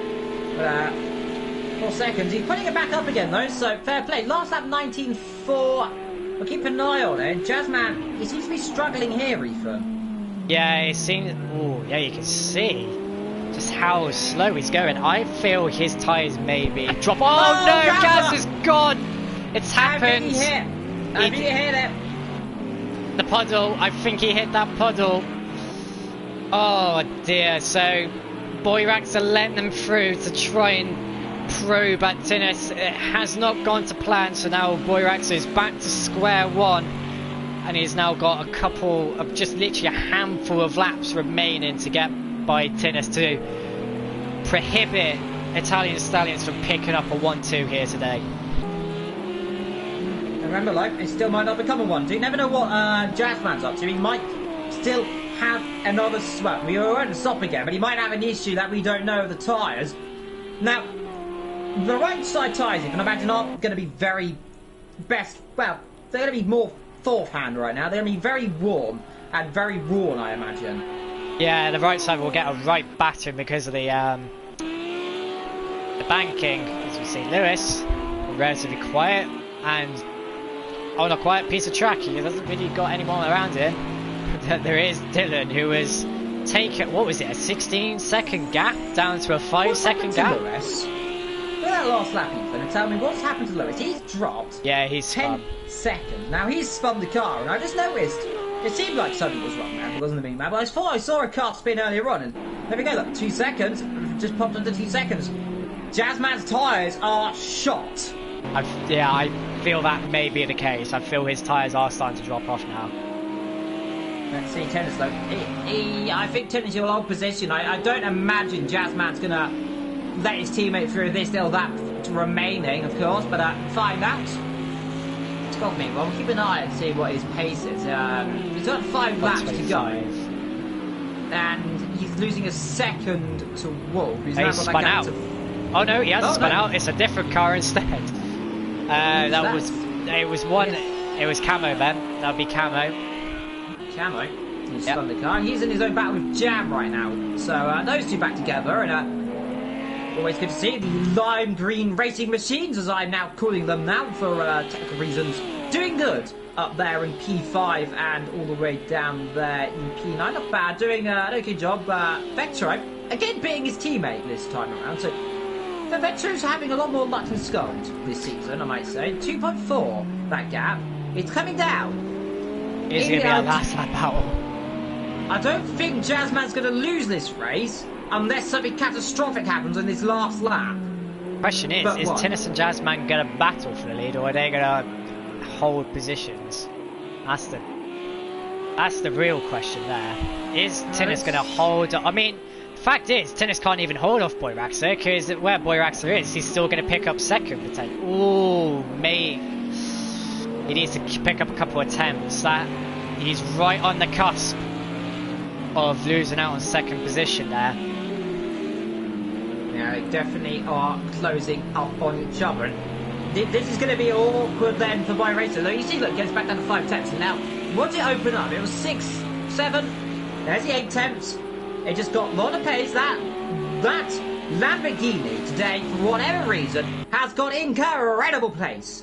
And today it's proven, as per usual, it's been very impressive. Meanwhile, Jam and Cameron, they're not too far apart from each other. The lime machine and the strawberry jam machine, I might just say, doing pretty good stuff between those two. Meanwhile, have a look, what's Skull battling with? He's getting caught again, 3.1 now. He's taken another second now. I think Wolf has a chance of getting this position, though, before the end of this race, as long as he doesn't spin, which he almost does.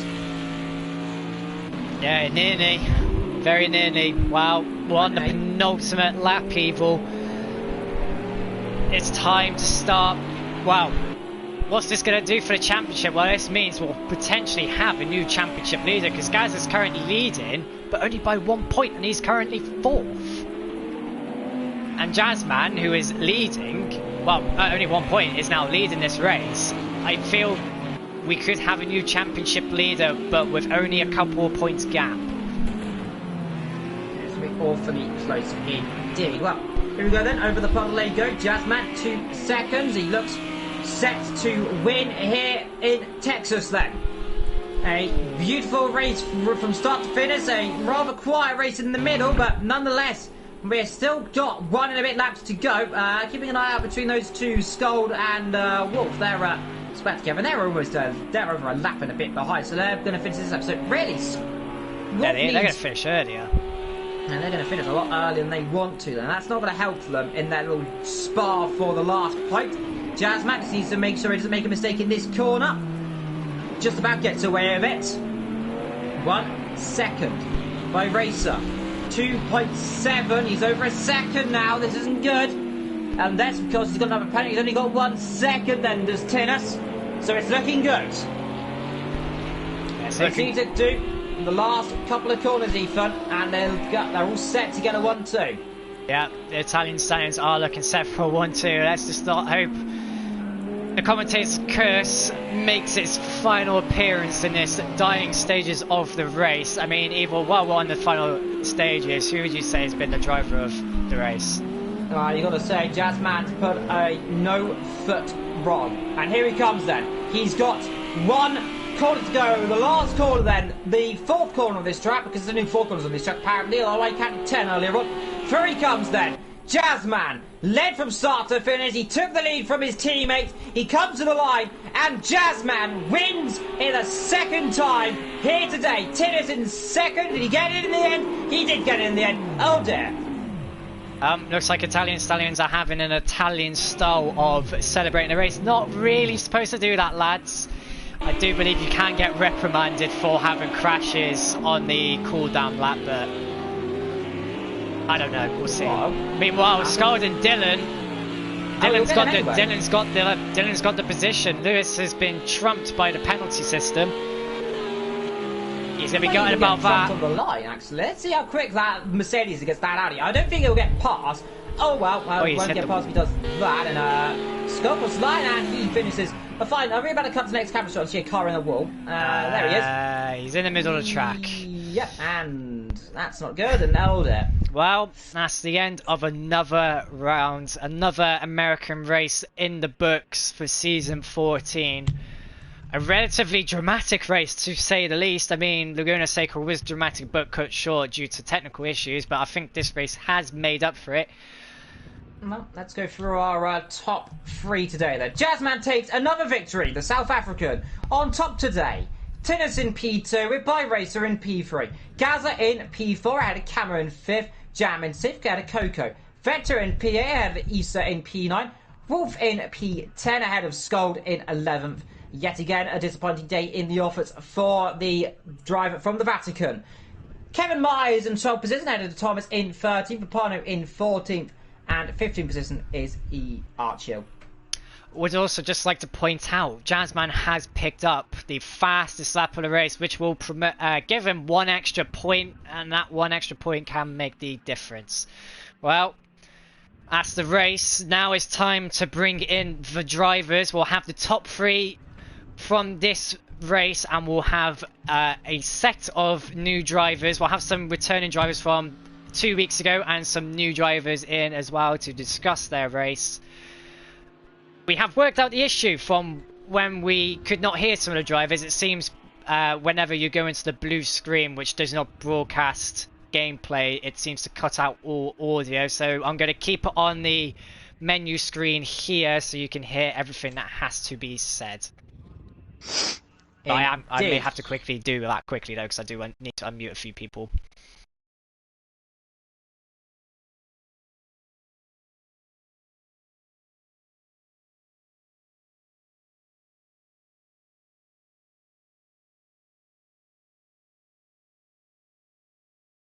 I don't know if you are ready to do the interviews. Yep, just waiting for the stream to catch up. Indeed. Well, I'll start off this time as you did last time. So, Jazzman, P1 today. How are you feeling, first of all? Had a disappointing race last time with a few technical issues, but back again on the top step of that podium, and what a race it really was for you. A few mistakes, of course, in the dying area, but you really controlled that. Well, I am sweating. I was having problems with my rears were overheating, and I just had to try and manage that throughout the race. Really, I won that, I think, from the first stint, and then I just managed to keep it on track, which was, and I'm so happy. It was so difficult to keep it pointed in the right direction. So, wow, I am stoked.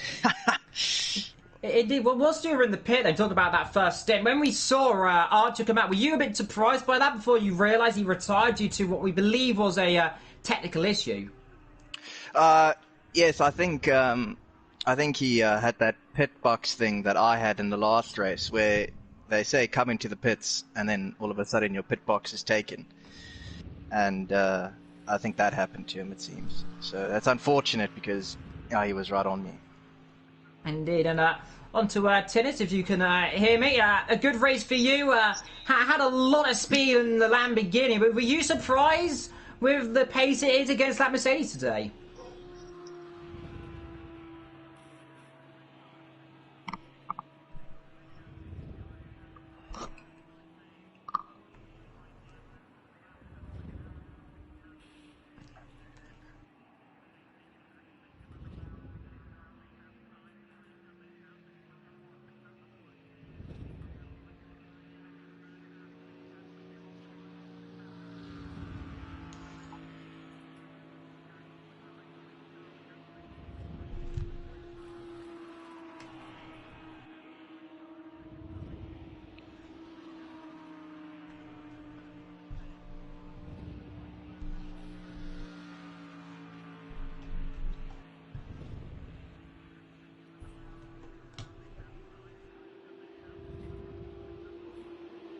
Indeed, going to when we saw Gaz's spin right behind you, take us through that, because did he just spin or did he touch you? Because from the perspective of the cameras it was a bit odd, but as well, how did he feel when you saw him suddenly drop back like that?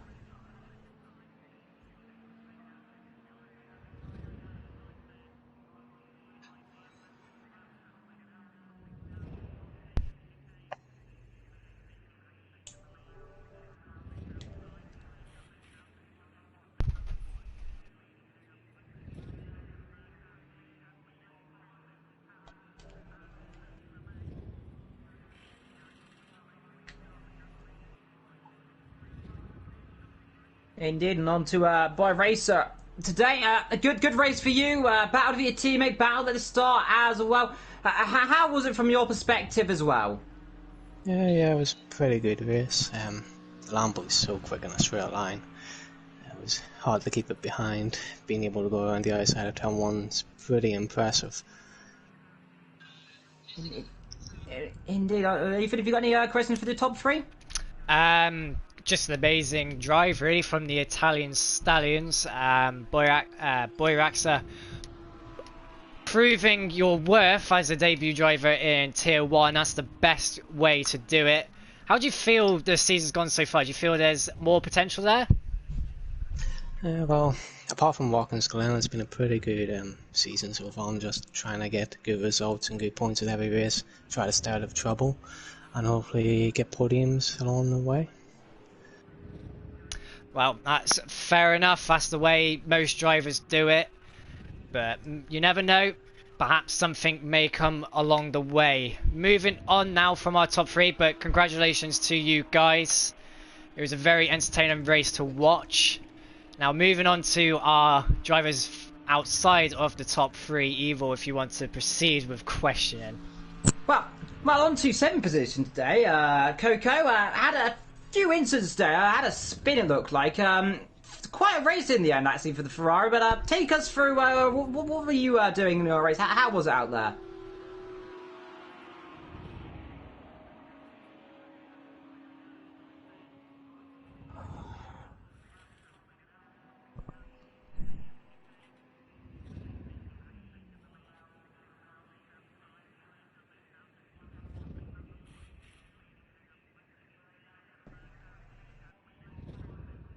Very much deadly. Ferrari as well. It's a very surprising car to see it all the way up there in 7, especially in the wet. How were you finding the Ferrari today?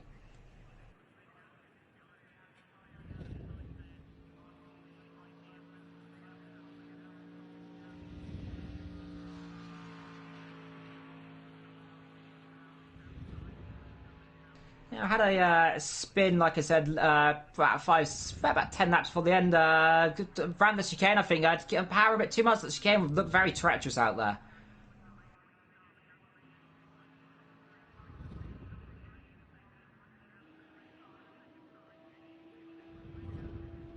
Indeed. Well, moving on downwards from 7th, let's have a look at P8 then. Vetro, again, beating your teammate yet again today. Must be feeling pretty chuffed beating Scold, I think, 3 times in a row nearly this time around. So take us through this race from you. You had a few mistakes out there, but apart from that, a pretty flawless drive today for you.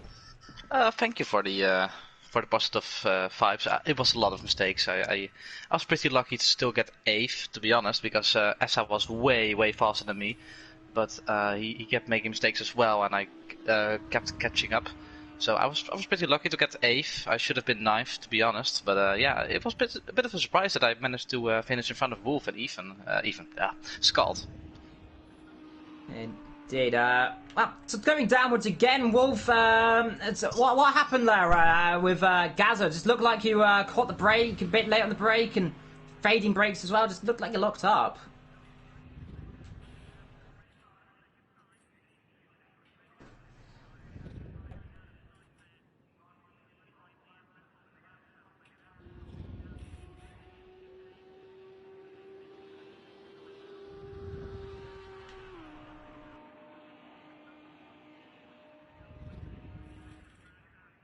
Indeed.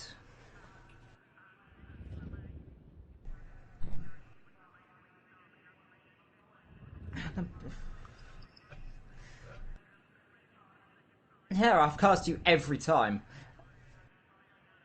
Yeah, I might say what happened as well. Recut you had no rear wing. What happened as well around there? You lost it to chicane.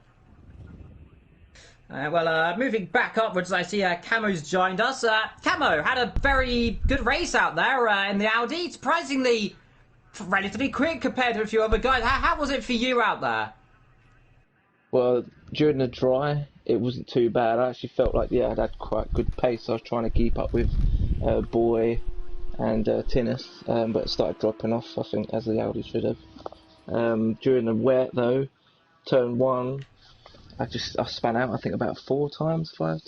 But overall, yeah, I'm happy with the result, to be honest. The Audis were quite weak in that track, so it went quite well. Yeah, indeed.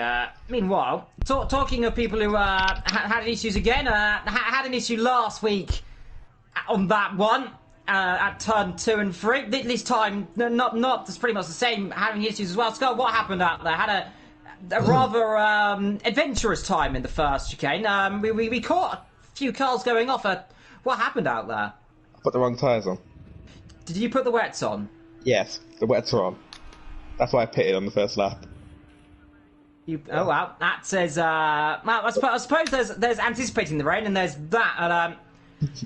Small mistakes, easy to do, I suppose. So yeah, it was a good race actually. I had surprisingly alright pace. The wet felt good. It's just the tyres went off. I was catching Essa and Vecchio towards the end, but I put the car in the wall. Spun. Yes, we did see a massive sudden drop off, but again, this season not going the way you want it to go. And moving forward, what are you going to do next time to mitigate the issues? Make sure I've got the right tyres on. Yeah, that's a good idea. Of course, Sonoma next week, and you're a pretty fond fan of Sonoma, I might say. No. No. Yeah. No. Well, no. I'm dreading it. Actually, we'll move up, back to 4th position. Gaza, who has just joined us in the good old interview pen. Had a bit of a coming together of Wolf earlier on and had a few spins out there, but how did you find your race for 4th?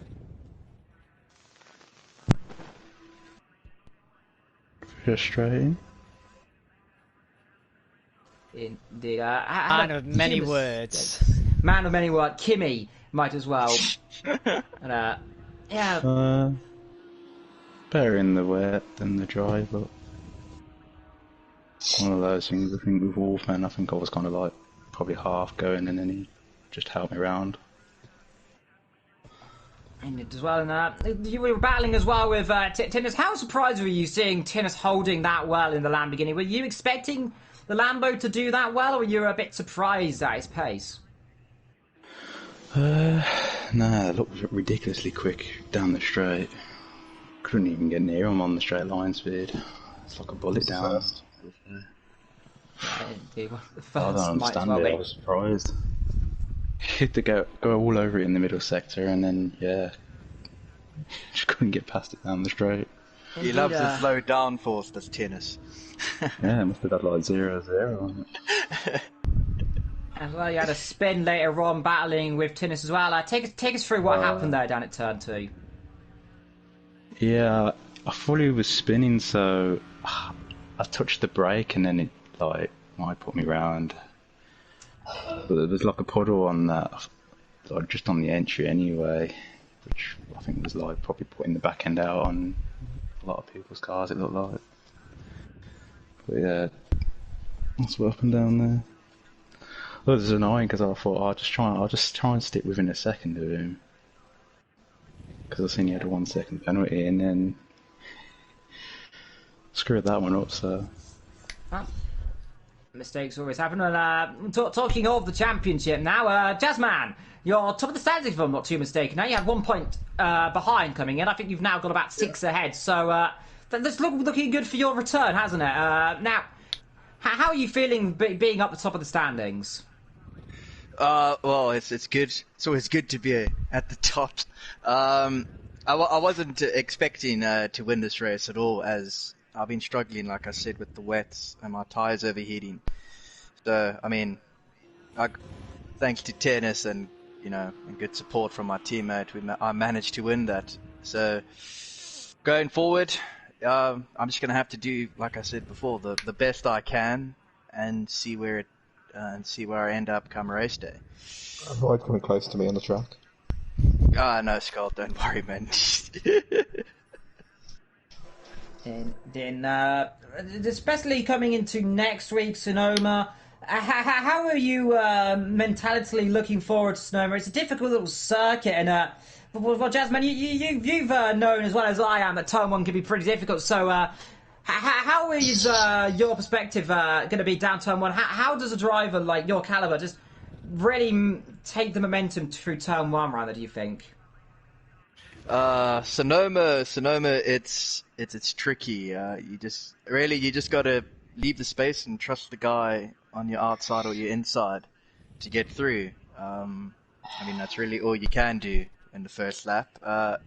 If I'm in the mid pack or something. So hopefully, I do like the track, so hopefully I can be higher up and just get through there in first would be great. Indeed. Ethan, have you got any questions to our drivers you are wanting to ask? Not really. I've just got some things to say. Well done to Vectro. Your pace out there today was amazing, and you've managed to outdo your teammate, who I'd consider the maestro of wet weather racing. So congratulations to you. I have reasons. Dylan, don't be too hard on yourself.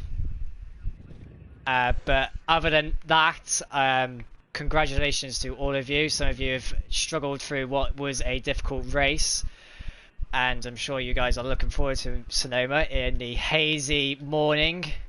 But that is the final race of the American road trip, as me and Evil have now come to call it. Before we head to the Green Hell, I have a question actually for you. What do you guys think of the Green Hell? Are you looking forward to it? Yep. No. I've only done like 5 laps around there in my entire life. So wow. I loved it last time. I think that sums it. Yeah. I think that has summed up all our drivers' views on the Green Hell. But anyways, that was a brilliant race, guys. It was fabulous to watch and fabulous to commentate on. You should all be really proud of yourselves. Oh. Cheers, man. Thank you very much. Thank you. Thanks, Indeed. man, guys. Well, let's round it off then in final words from your from your Murray. It's been a fantastic race from start to finish. Mistakes, drama, excitement, crashes, rain, lots of it. It's a bit soggy out there, and poor old Archil, who's been stranded on the side of the road. He's got soggy. We'll get some flood through for his car because it's full of water. But get an umbrella for his car. They left him out there. I think he's cold out there. But until next week, when we go to presumably a very, very warm and sunny, well, slightly sunny Sonoma because it's going to be in the dawn. But I've been Evil. Not too warm. Ethan's been Ethan, and everyone else has been everyone else.